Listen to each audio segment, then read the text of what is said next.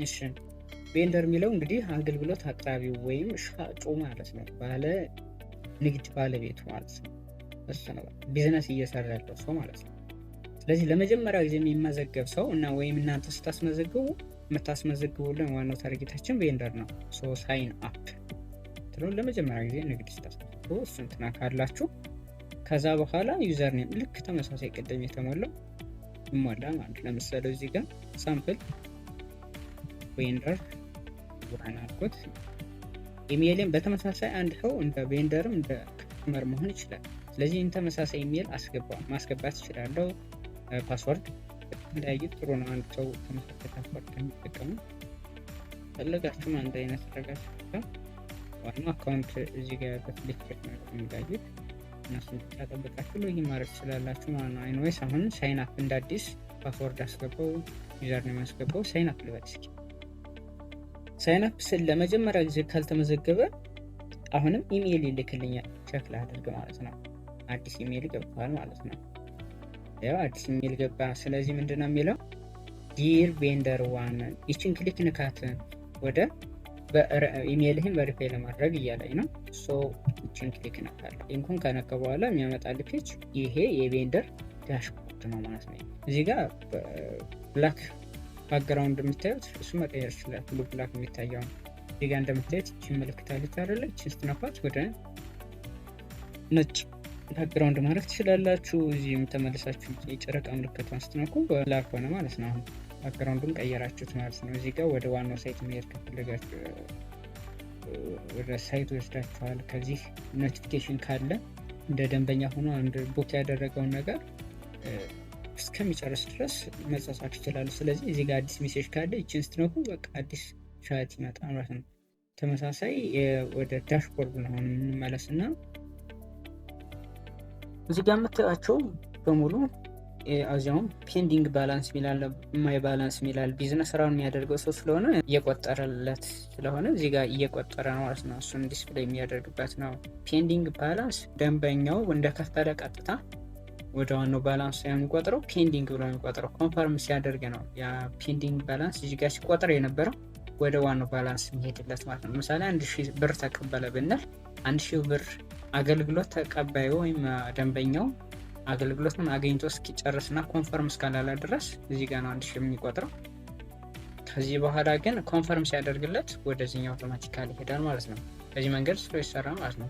ያለው የአገልግሎት ግዛት እዚህ ጋር ይቆጥራል። ያለው ምን ያህል አፖይንትመንት እንዳለ ወይም ስንት ቀጠሮ እንደተያዘ እዚህ ጋር ደግሞ ያስያዛቸው ቀጠሮች ገና በፔንዲንግ ደረጃ ያሉ አና እዚህ ጋር አክሴፕት ያደረጋቸው እዚህ ጋር ደግሞ ሪጀክት ያደረጋቸው ወይም ያልተቀበላቸው ቀጠሮች ካሉ እሱን ሪጀክት ማድረግ ይችላል። ሪጀክት ቢያደርግ ግን ገንዘቡ የት ነው የሚሄደው የሚለው እኛ ሪፈንድ ነው የምናደርገው ማለት ከስተመሩ አሁን ኮንታክት ያደርገናል።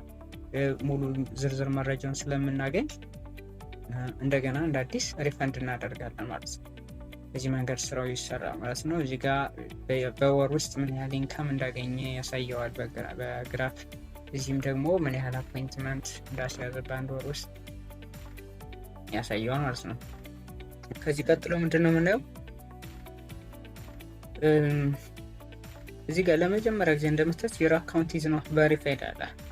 በእርግጥ ኢሜይሉን ብቻ ነው ቬሪፋይ ያደረገኝ ቶታሊ ሙሉ ፕሮፋይሉን አልሞላም። ስለዚህ ማሟላት ያለበትን እንዲያሟላ ኤዲት ፕሮፋይል የምትለው መንካት አለበት ማለት ነው። እዚህ ጋር እንደምታዩት ኤዲት ፕሮፋይል የሚል አለ። ወይም ደግሞ ታች ላይ እንደምታዩት እዚህ ጋር ይችን ኤዲት ፕሮፋይል ስነካት ሙሉ መረጃውን ማሟላት የሚችልበት ቦታ ወይም ሊንክ ይሄዳል ማለት ነው። ፔጅ ይሄዳል ማለት ነው። እሱን ስንነካው እዚህ ጋር ፕሮፋይል ፎቶውን ያስገባል። ዩዘር ኔሙ ኦልሬዲ ያስገብታል። ኦልሬዲ ፎኑን ያስገባል፣ ስልክ ቁጥሩን። እዚህ ጋር ፋይዳ ነምበር ይላል። ግን ፋይዳ ነምበር በሚለው ቦታ ቲን ነምበር ማለት ትችላላችሁ። ቢዝነስ ላይሰንስ ያላችሁ ሰዎች ማለት ነው። እዚህ ጋር ታስገባላችሁ። አይዲ ፎቶ በሚለው ፋንታም ተመሳሳይ ናሽናል አይዲ ማስገባት ይቻላል። ነገር ግን ቢዝነስ ላይሰንስ ካላችሁ የላይሰንሱን ፎቶ ማስገባት ትችላላችሁ ማለት ነው። እዚህ ጋር ኢሜይላችሁ፣ ስልክ ቁጥራችሁ ወይም ደግሞ ቀደም ያየነው ኮንታክት ማድረጊያ ፎርሙ እሱ ሁሉ ለቪዚብል እንዲሆን ማድረግም አለማድረግም መብታችሁ ነው ማለት ነው። እዚህ ችን መንካት ነው። ኦን ችን ክሊክ ስትደረግ ወይም ቼክ ከሆነች ኢትዮጵያ ከሆነች ይታያል ማለት ነው። በዚህ መንገድ ማንኛውም ሰው እንዲያገኛችሁ ማድረግ ትችላላችሁ ማለት ነው። ከዚያ ስም ግዴታ ነው። የቢዝነስ ስሙ መሆን ይችላል፣ የእናንተ ሙሉ ስም መሆን ይችላል። እዚህ ቢዝነስ ባለ ላይሰንስ ከሆናችሁ የቢዝነስ ስሙ ይሆናል። እዚህ ጋር ያላችሁበት ሀገር፣ ከተማ፣ ግዛት ኤንድ ዚፕ ኮድ፣ ከዛ ሙሉ አድሬስ፣ ስፔሲፊክ የሆነ አድሬስ፣ ከዛ ስለ እናንተ የሚገልጽ ወይም ስለ ቢዝነሱ የሚገልጽ ዲቴል እዚህ ጋር ትጽፋላችሁ። አፕዴት ስታደርጉት ለእኛ ይደርሰናል ማለት ነው። ያኔ እኛ መረጃውን አይተን ቨሪፋይ ይደረጋል ማለት ነው። በተመሳሳይ እዚህ ጋር ሌላ አናዘር አለርት ሜሴጅ አለ አይደለ? ፕሊዝ ፐርቸስ ኤ ኒው ፓኬጅ ኦር ኤክስቴንድ ከረንት ፓኬጅ የሚላል አገልግሎት ከመለጠፋችሁ በፊት ይህ ማሟላት አለባችሁ፣ አለበዛ አትችሉም። አሁን ለምሳሌ ይሄ ኢኒድ ሰርቪስ ማኔጅመንት ብለን አድ ሰርቪስ ብንለው እዚህ ጋር ምንድን ነው የሚለው? ፕሊዝ ፐርቸስ ኤ ኒው ፓኬጅ ኦር ኤክስቴንድ ከረንት ፓኬጅ የሚል አሁን ይመጣልኛ ማለት ነው። ስለጠቁትም ኢትስ ናት አቬይላብል ኦን ዘ ፐብሊክ፣ ግን እሱን ለማድረግ ምንድነው ባይ ፕላን ትላለች፣ ፓኬጅ መግዛት ማለት ነው። እሱን ስትነኩ ለመጀመሪያ ጊዜ ስፔሻል ኦፈር ይሰጣችኋል። 7 ቀን ነው የሚቆየው። በተመሳሳይ 200 ብር ደግሞ በአመት አለ። የፊቸሩ ይለያል። እዚህ ጋር 10 ይላል ለምሳሌ ቶታል ሰርቪስ፣ እዚህ ጋር 20 ይላል እንደፈለጋችሁ።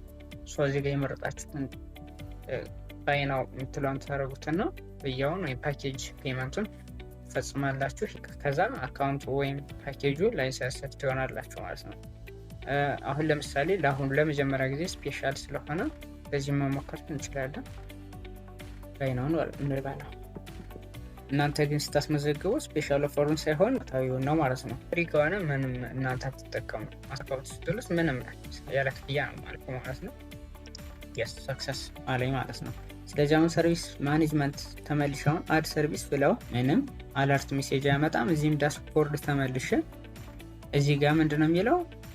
ግዛ አይደለም የሚለኝ። አሁን ያለ ከረንት ፓኬጅ ይሄ ነው እያለ ነው።